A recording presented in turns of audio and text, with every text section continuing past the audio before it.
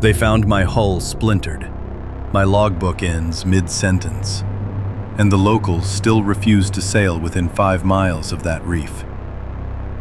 But what haunts them most isn't the wreck. It's the footprint in the sand beside it. One set, facing inland, and no return trail.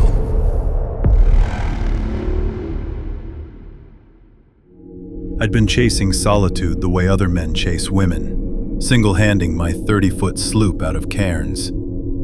All I had was a paper chart, a crate of ramen, and a cheap GoPro I promised my mum I'd clip to the mast each night, just so she knew I was still kicking. For me, paradise meant 0 signal bars.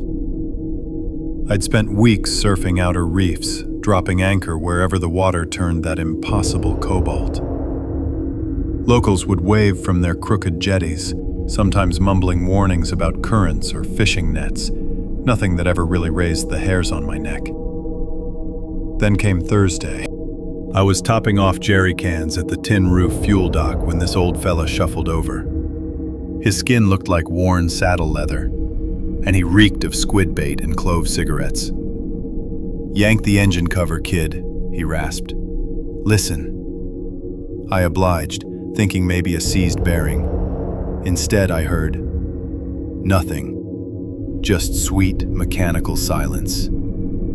"Good," he nodded, his gaze drifting toward the horizon haze where a darker, unnamed island sat.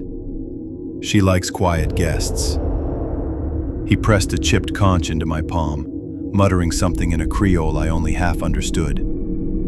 Blood in the foam, bones in the fire, no name on the stone. Haha, I laughed, a nervous habit when adults speak nursery rhymes, slapped his shoulder, and promised I'd stick to the lagoon for the weekend. He just spat in the water, wouldn't look at me again.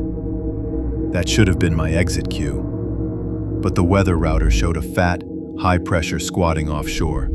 3, maybe 4 days of 15-knot easterlies. My kind of window.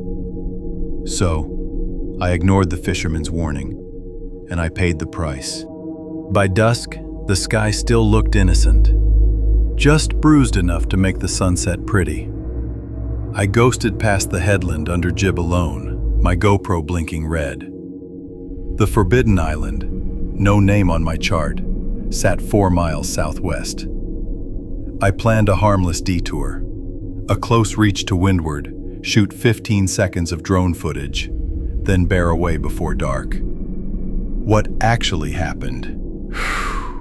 The breeze tripled in one gut punch of a gust. My anemometer screamed 45, then just spun off the scale. The first wave slapped over the bow like a bucket of ball bearings.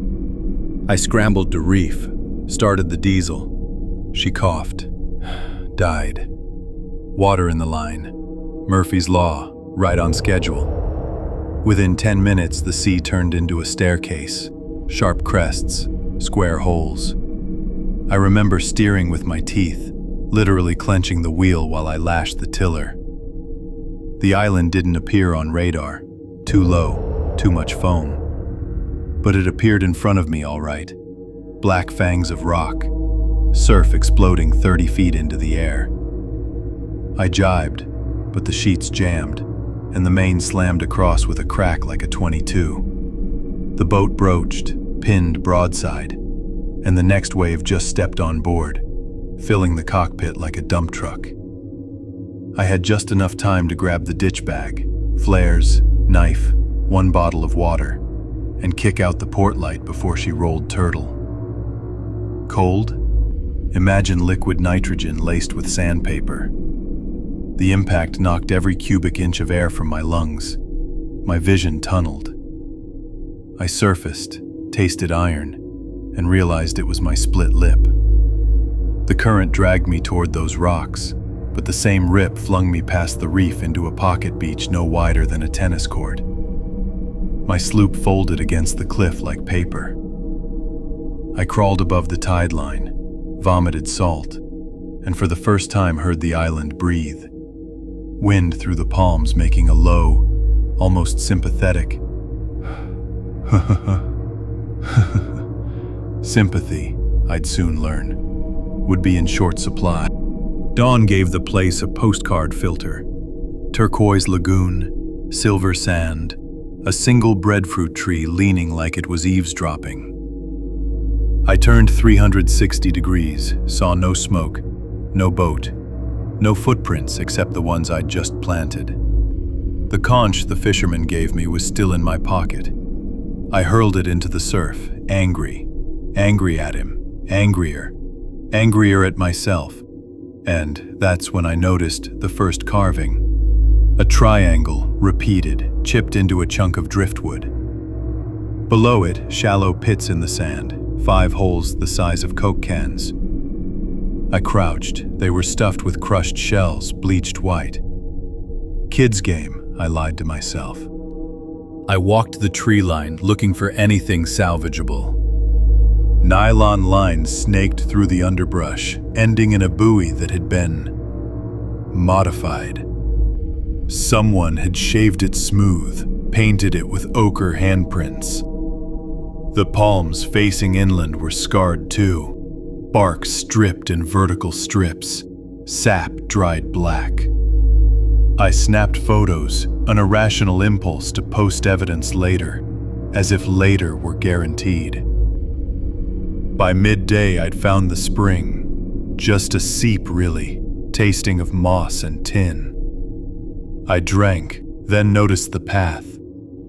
Bare feet had packed a trail into the fern tunnel.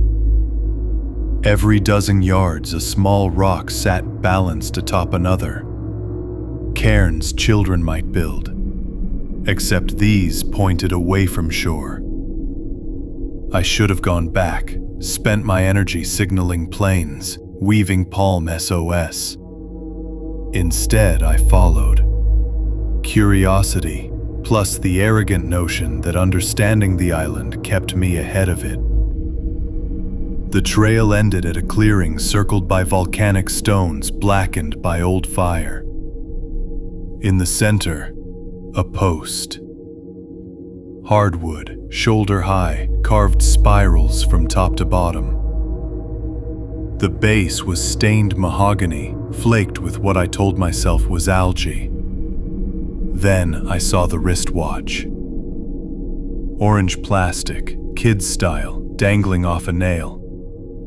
Time frozen at 3:17. Salt rust everywhere except the buckle. Clean, like it had been clipped off an arm last week. I backed out of the clearing, mouth cotton dry. Something cracked behind me, a twig, maybe a knee joint. I spun, nothing but green, but the feeling started. I was being allowed to leave. First rule of predator-prey. You only run when no one's watching. I ran anyway. If stories like this, raw, isolated, and utterly unfiltered, hit your nerves in just the right spot, do me a favor and punch that like button like it owes you money.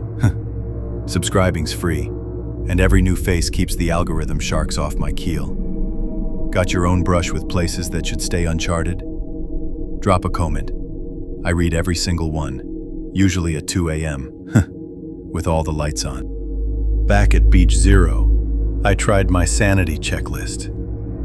Signal mirror, flare gun, water. The sky stayed stubbornly empty. Even gulls avoided this rock. Afternoon rain came warm and vertical. I rigged a poncho lean-to, sat knife across my knees.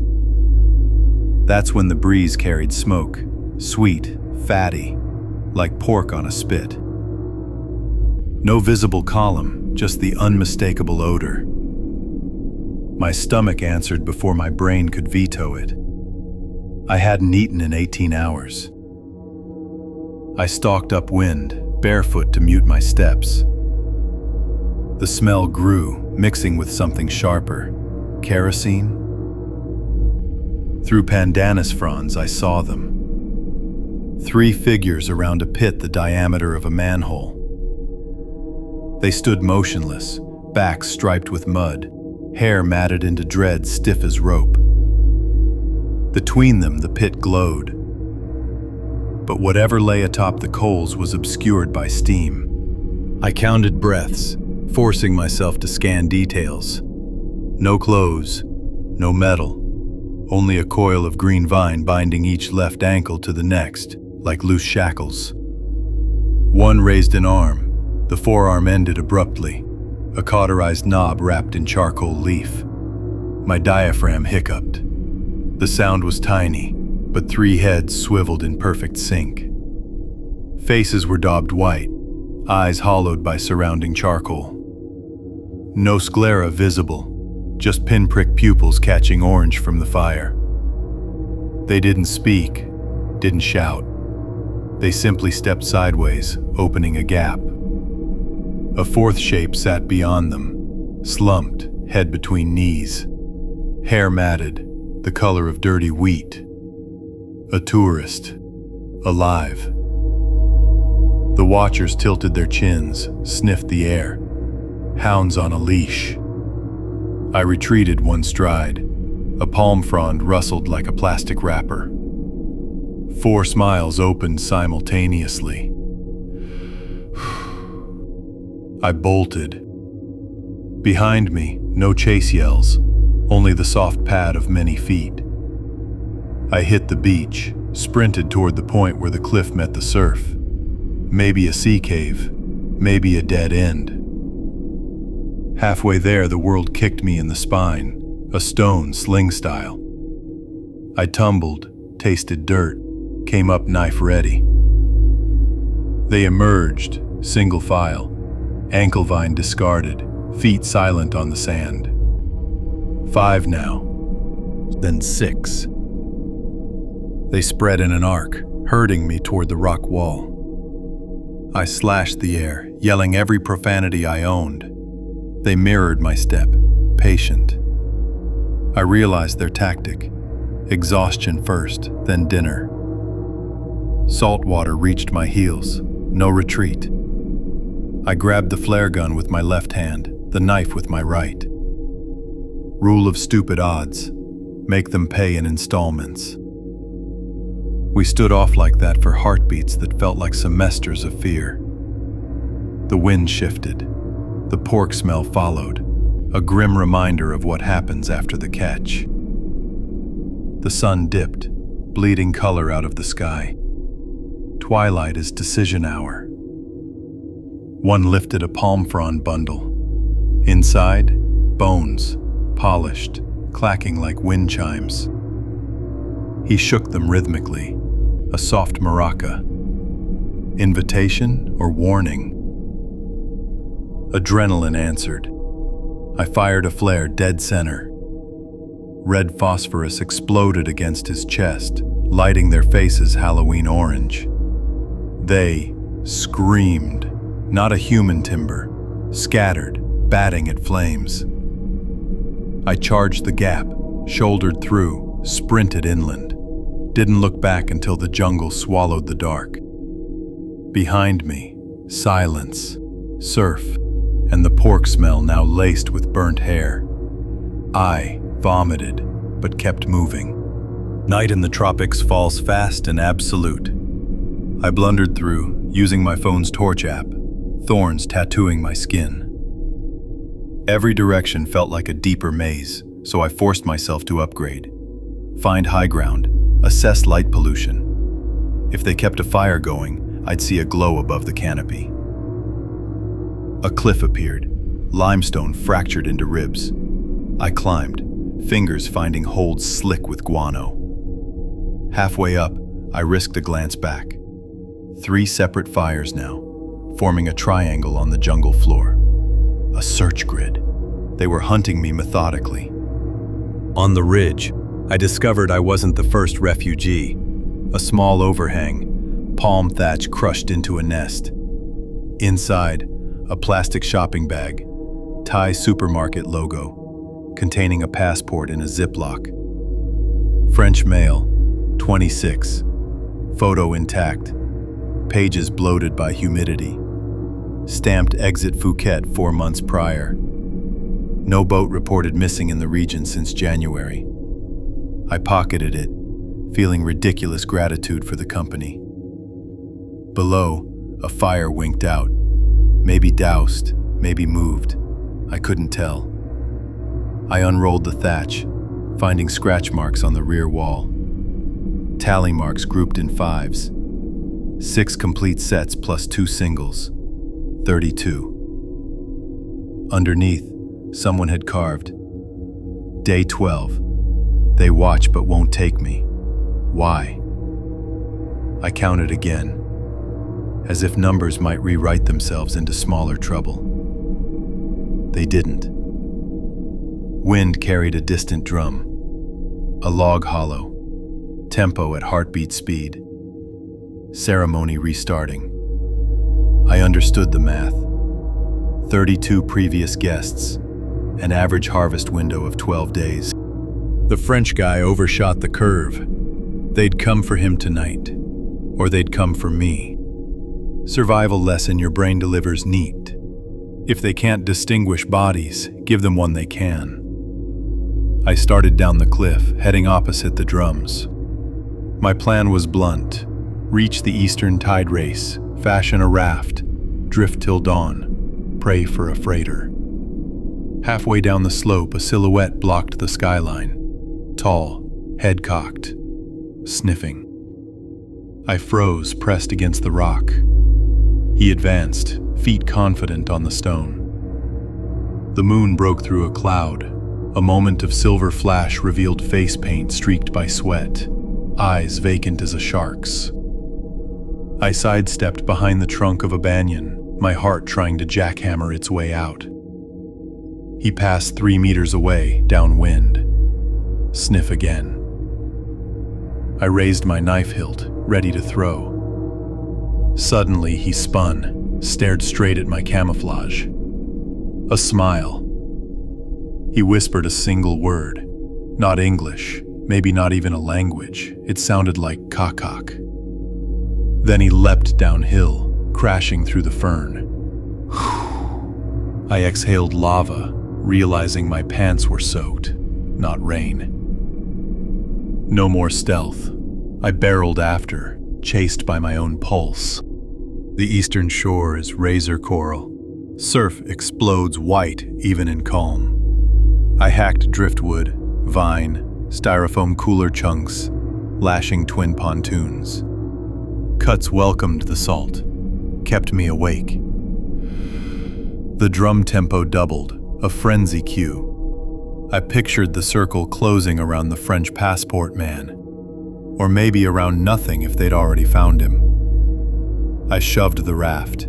A wave sucked it seaward, nearly flipping it. I paddled beyond the break line using a broken fiberglass slat. The island became black, low teeth against the star scatter. The current here ran north, promising a dawn sight of the shipping lane. I clung like a rodeo rider, the water icy despite the latitude. First gray light revealed the raft dissolving.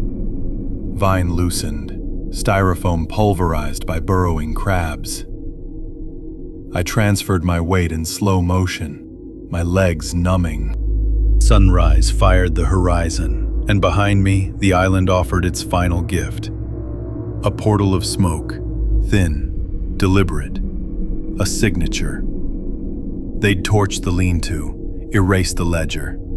No evidence, no rescue flare needed. I laughed, a sound more sob than humor. Salt crusted my lips.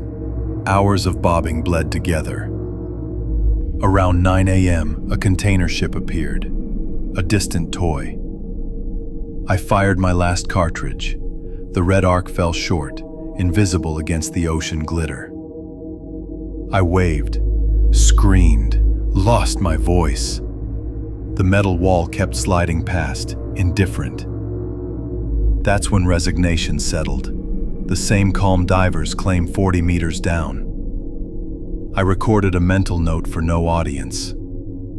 The island doesn't haunt you. You haunt it. Every drumbeat tattooed permanent. The current pushed north. The ship vanished. I closed my eyes, picturing 32 marks plus 1. Maybe the Frenchman was last. Maybe I was next. The numbers finally balanced. The sky began a watercolor bruise, a storm or internal shutdown, hard telling. I felt the tide tug gently, welcoming. My final coherent thought: the fisherman knew. The conch shell wasn't a warning, it was an invitation to witness. Some knowledge costs your exit. Black, folded in. Epilogue you deserve. Authorities found me 2 days later aboard a Taiwanese trawler, dehydrated, delirious, clutching a passport not my own. They logged the island coordinates, launched a recon flight. Found nothing but reef. No smoke, no footprints, no proof. Released from the hospital, I tracked down the fisherman. He refused the door, yelling through a cracked window. Told you, some places are forbidden.